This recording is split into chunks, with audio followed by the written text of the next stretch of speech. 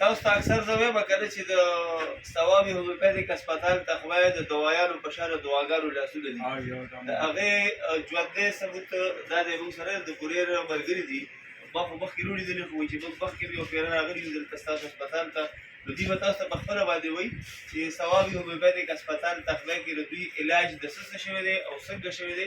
ورور سلام علیکم. د کوم ځای د خیره؟ د کوریر کې د کوم ځای؟ پیر ابای روډ. او نوم دې څه دی؟ سردار حسین. سردار حسین لاله دلته ثواب هومیوپیتیک هسپتال تقوی ته د څه دپاره راغلی وي او نورو ډاکټرانو صاحبانو ته څه وي نوم یې ماخله خیر دی خو دومره ورته ووایي چې څه دپاره راغلی وي او د څه علاج تاسو وشي. زما به د دې پنډو نه لاندې د خپل درد راته او ډېر زیات تکلیف به راته ډېر ځایونو ته لاړم خو لږ ټیپ کېدم نو ډېرې پیسې مې به ځانه لګولې بیا یو کس را دا مشوره راکړه دلته رانم بس دلته رانم یو کله دوایي مې وخوړه او بالکل ټیک شوی یم.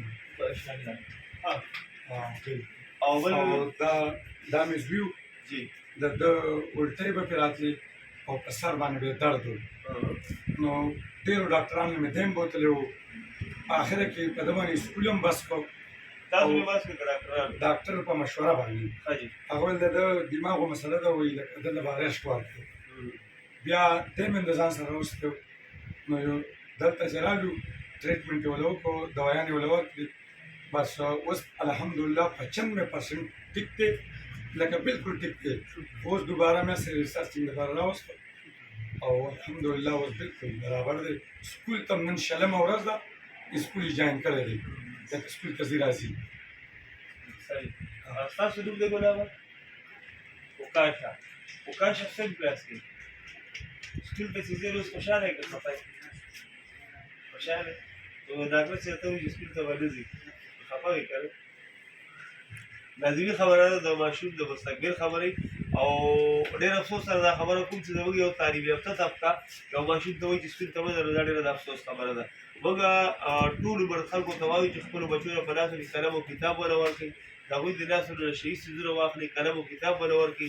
دا یو تعلیم یافته طبقه یو ماشوم ته دا خبره کوي چې سکول ته مه ځه د دې ماشوم به څه مستقبل وي د دې پلار پړه باندې به هم څه ارمانونه وي د ده پړه کې به هم څه امیدونه وي چې زما دا بچی رالوی شي دی به د پاکستان په محکمو کې د پاکستان په محکمو کې به د یو محکمې یو افسر جوړېږي هلته به درته ریلیف میلاویږي نو چې د اوس نه دوی دا ماشوم د سکول نه بندي کړي او بیا هغه وروسته راځي بیا به د دې ماشوم څه حالي زموږ د پښتنو دپاره خو الحمدلله دوه درې کاره دي یا دیاړي ده یا چې کوم دی چوکیداري ده یا ډریوري ده نو دغه پلار پړه کې به هم دغه چې بس زما دا زوی به هم دغه شان دیاړی والا سره یا به چېرته چوکیداري یا به چېرته ډریوري خو الحمدلله د الله پاک لاک احسان دی. ثواب هومیوپیتیک هسپتال تقوی کې دا یو ماشوم نه داسې بلا ماشومان تصور نشم ویلی خو بلا ماشومان چې د چا د جټکې مسله وه د چا د کاڼي مسلې د چا څه مسلې الحمدلله د الله پاک په فضل و کرم سره دغه مسلې د هغوی دلته حل کېږي د خیره سره.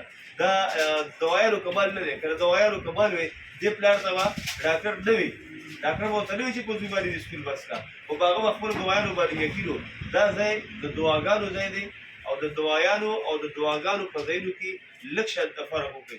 زموږ فارمیسۍ کې الحمدلله د هومیوپیتیک د کمپنو اوریجنل دوایې تاسو ته میلاویږي. زموږ هر ورځ چې کوم دی زموږ هر ورځ کوي په دویمه درېیمه ورځ باندې خامخا حکومتي نماینده دلته راځي او دا ګوري دا څه نو د هغه داسې پټ خبره نه ده دس ثواب هومیوپیتیک هسپتال تقوی د چا نه پټ دی راتلی شي تاسو هم کتلی شي یوه ګولۍ یا هر څه چې موږ سره انشاءالله تعالی په هغې کې به دو نمبري یا بوګس دوایې دا به پکې دي. دلته چې موږ کوم لنګر ورکوو کوم سیسټم دی زموږ الحمدلله چې څوک هم راځي د هغې نه مطمئن دي. بیا هم که تاسو ته پکې څه د شکایت څه ځای ښکاري زموږ سره بالکل رابطه کولی شئ په 0319 94 94 255. ډېره مهرباني.